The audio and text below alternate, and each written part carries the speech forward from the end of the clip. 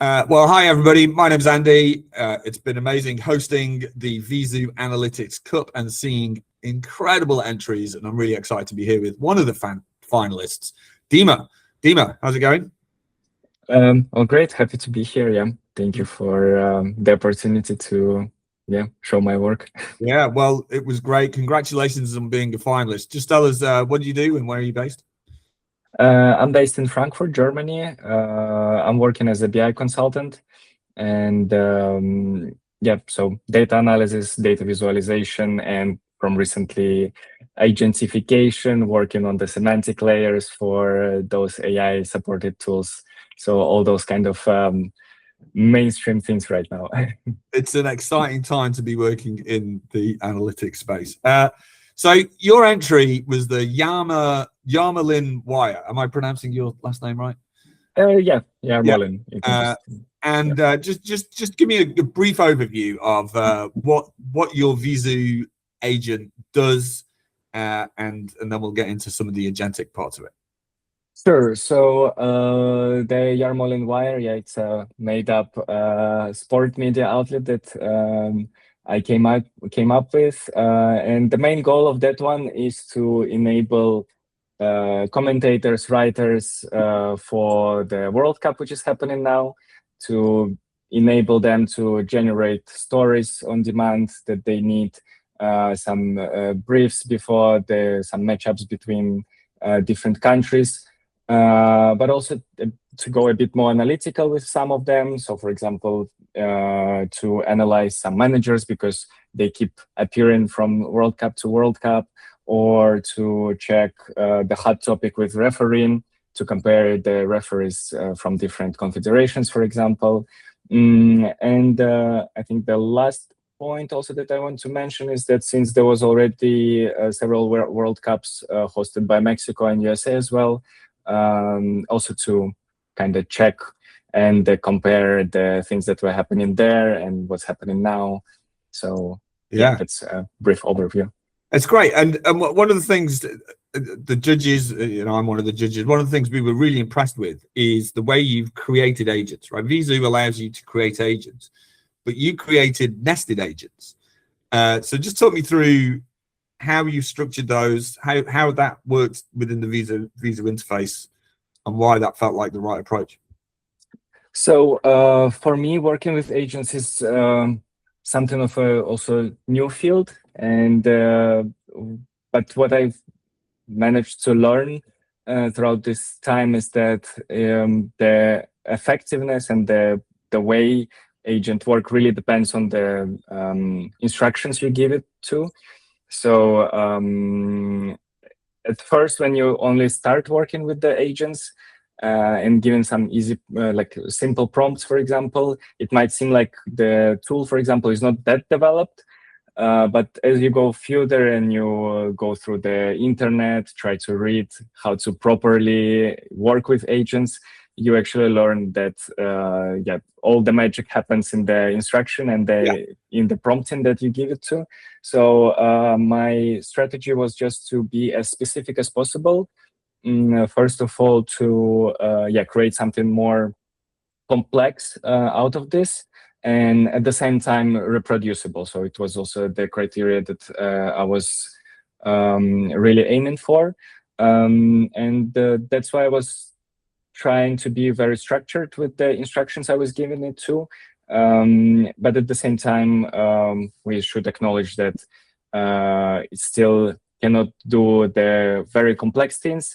And that's, for example, about to reproduce something.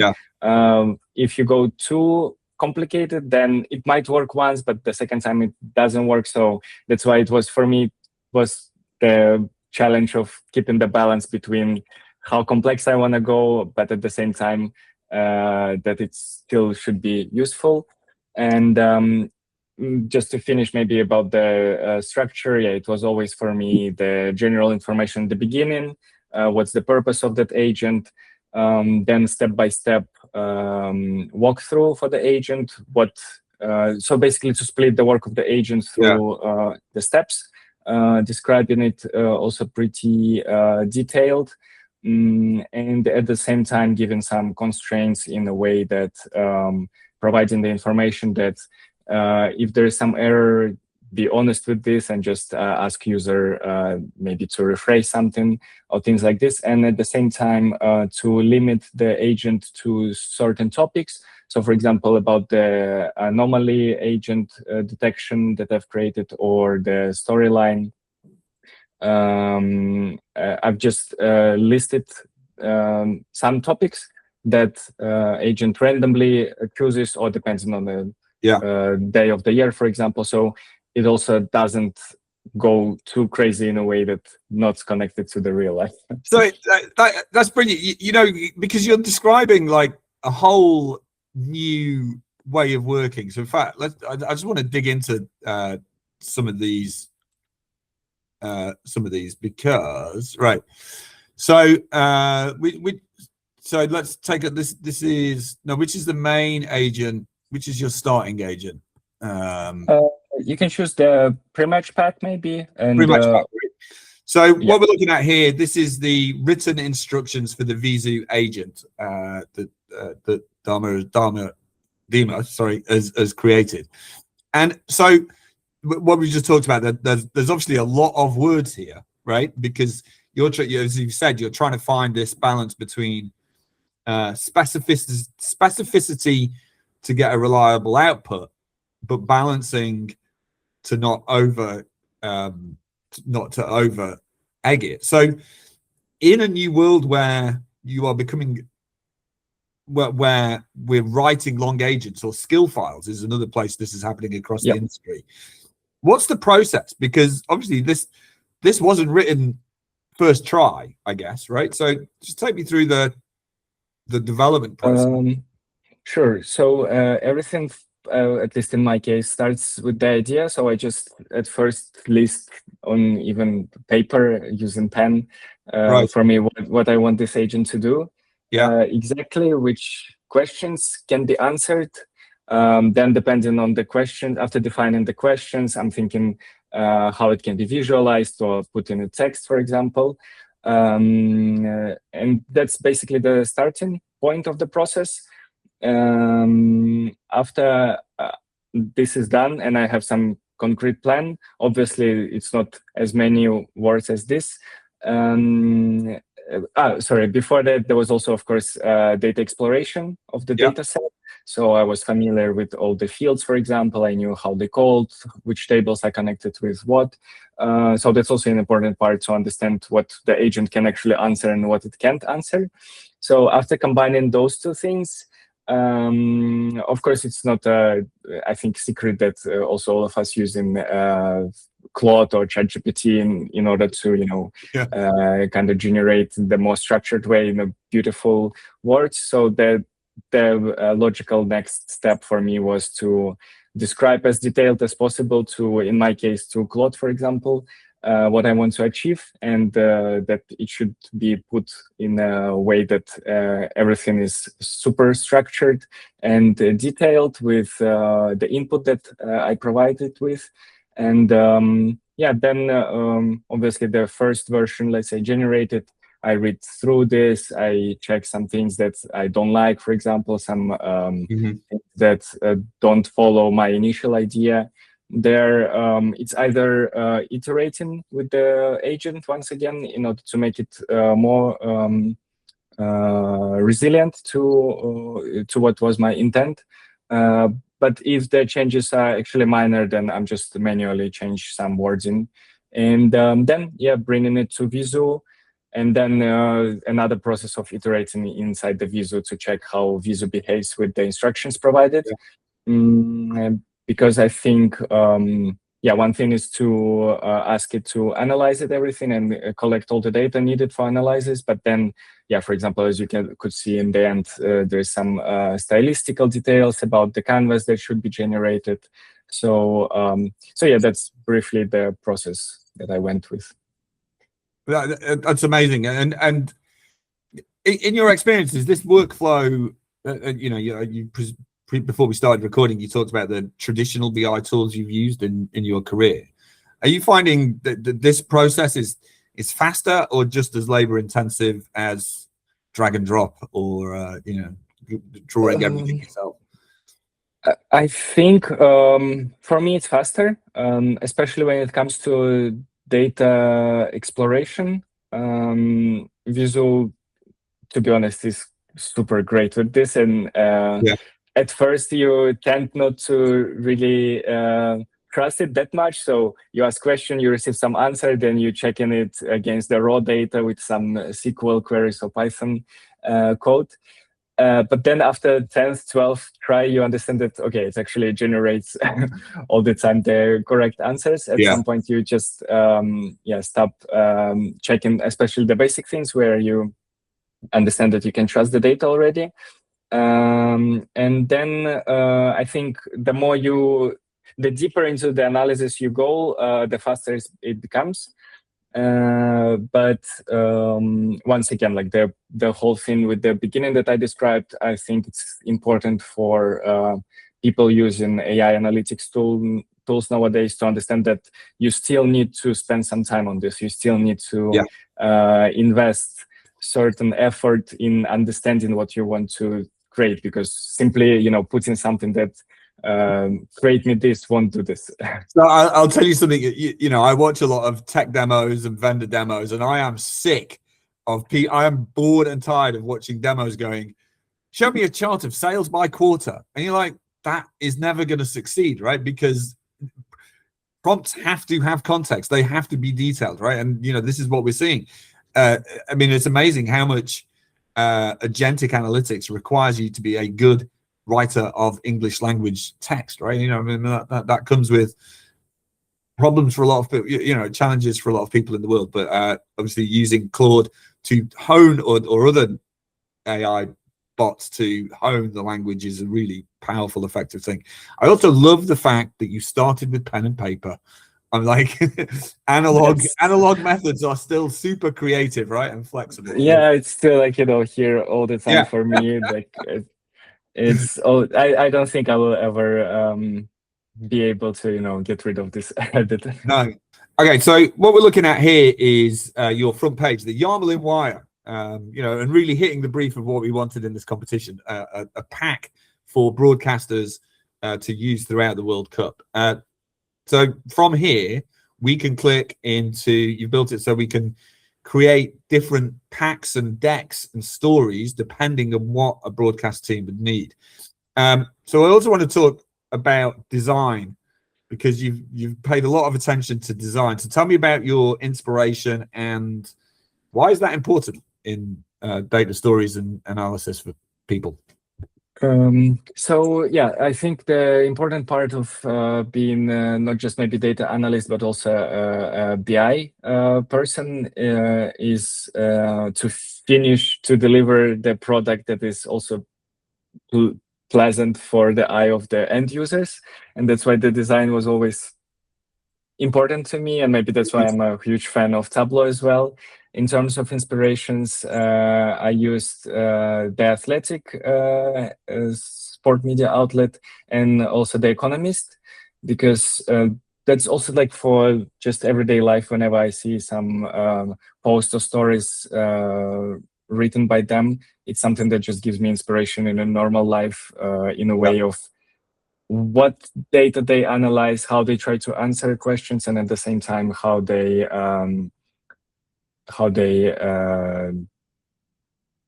just create some visualizations to show it to the end user. That's great. And are you pen and paper at the start with these as well, or are you sort of using Veezoo as an exploratory canvas?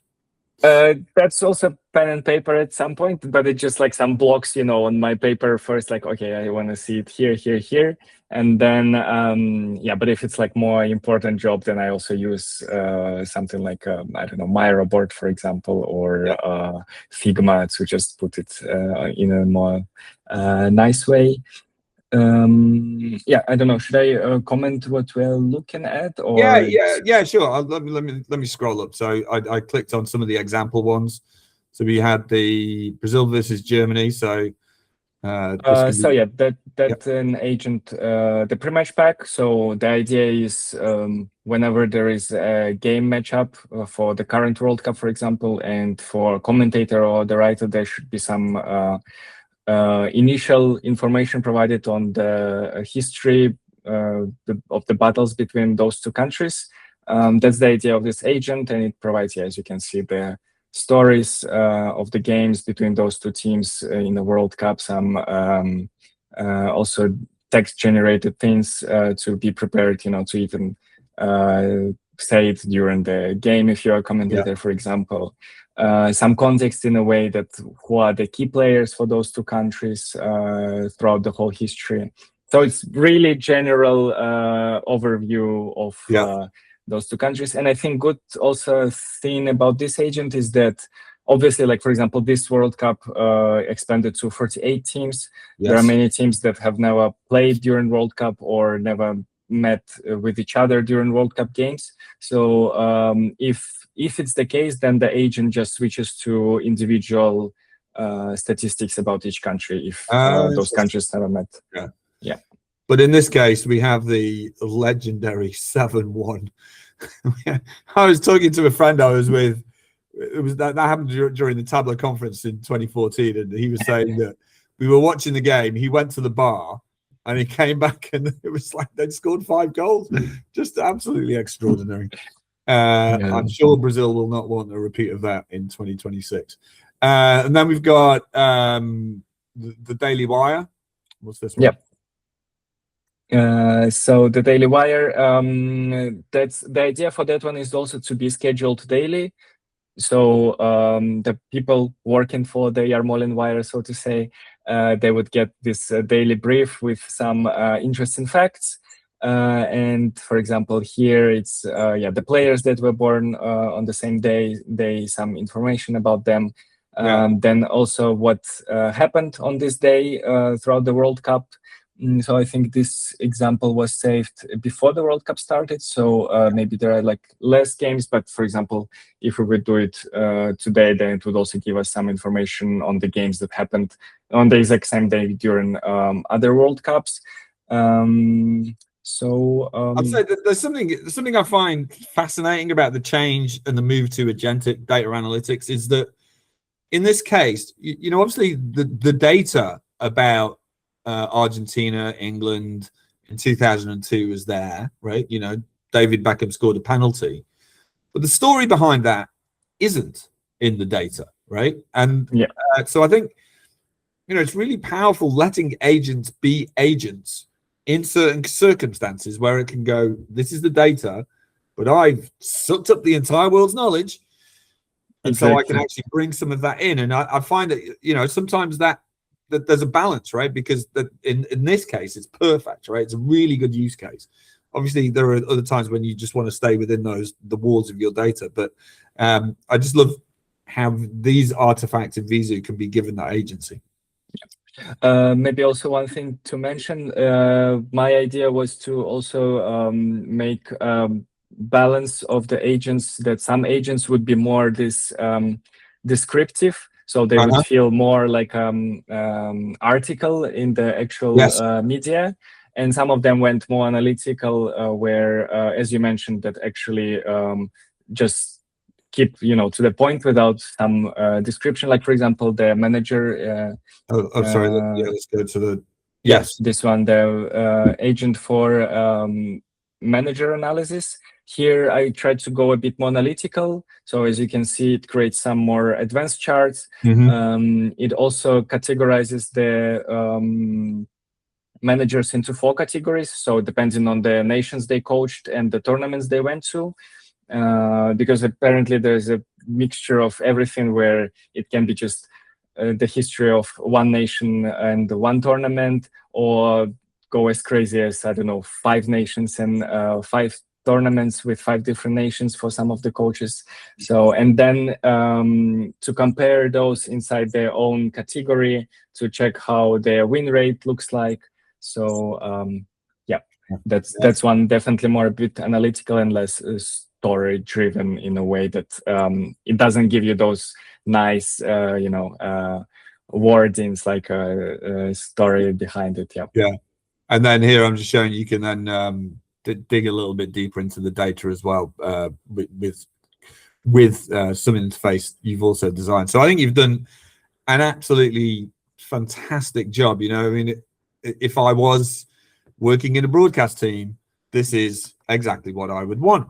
And there's a huge variety. The nested agents, I think, is incredibly successful. So, just as a general question, how do you've been in your career several years? You've used a bunch of traditional BI tools. How is agentic AI changing the job of a data analyst? A lot, I would say, especially if you're interested in the topic and you follow all the recent updates. And I think for me also most important is that you are open to those changes, but you come to those changes with a certain critical mindset, critical thinking. So you can't just, in my opinion, you can't just be super negative about them, but at the same time you can be over positive, where, as you mentioned, like sometimes during the different demos they just show you that like you can do anything, which is not true. And how it's changing for me now, I think it's definitely about going more and giving more effort into the backend. So the semantic layer setup, the all the data modeling that should be done, so later the AI tool, the agents, they have the proper context in order to analyze these things.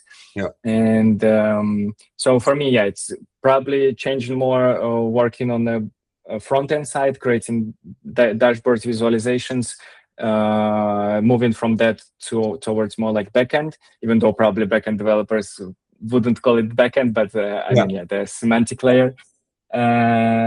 But still there is some dashboarding work, some visualization work, still manual things. Many companies still use traditional BI. So it's an interesting time because it's just a mixture of everything. Yeah. And I think that's why also the life of nowadays data analyst is even more interesting, maybe, because you're not that bored. It's always something different, Yeah, indeed. It's absolutely thrilling at the moment. Yeah, the disruption is really exciting. All right, one last question: who's going to win the World Cup? I'm going with France. They're just too good. They're just too good. I've been following. So I think it's I started following World Cup since 2010. Yeah. And for the last two, so 2018, 2022, France just looked like they always prepared. The final was, of course, of 2022 was legendary. And congratulations to all the Argentina fans. But this year I'm going for France once again, considering also how PSG is good recently with so many talent. And Mbappe is just also generational talent, in my opinion. Like looking at the amount of goals he scored already, and that he's so close to Miroslav Klose, to Messi, but thinking that he has so much in front of him still, if he would continue to play for another 3 World Cups, let's say, I just think that this one will go to the history books. But at the same time, I'm also supporting some underdogs.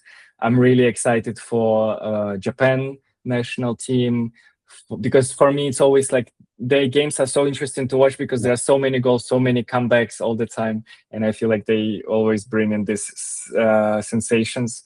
And personally also Norway and Uzbekistan that seems that I wish they at least can advance to knockout stages, because I feel like those two nations haven't been to, I mean, Uzbekistan never been to World Cup, Norway's been to World Cup such a long time ago, and they have some great young talents. I mean, Haaland is also another alien, in my opinion. Yeah, we're recording this after 4 to 5 days of group games. Mbappe's goal on the turn towards the end of the game was it was just a stunning move. So yeah, I mean, I think it's that's a fairly safe bet. The Economist have done a great data analysis on a bunch of correlating World Cup success or team rankings globally against a whole bunch of demographic criteria.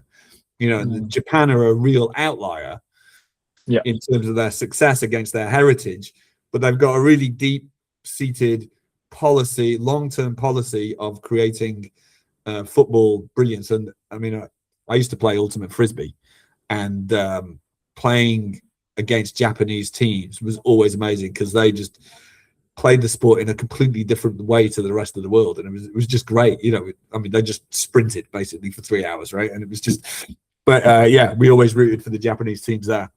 So, all right, so it's France. Thank you. What's your opinion? Is it my opinion? home? Well, I'd be France or Spain.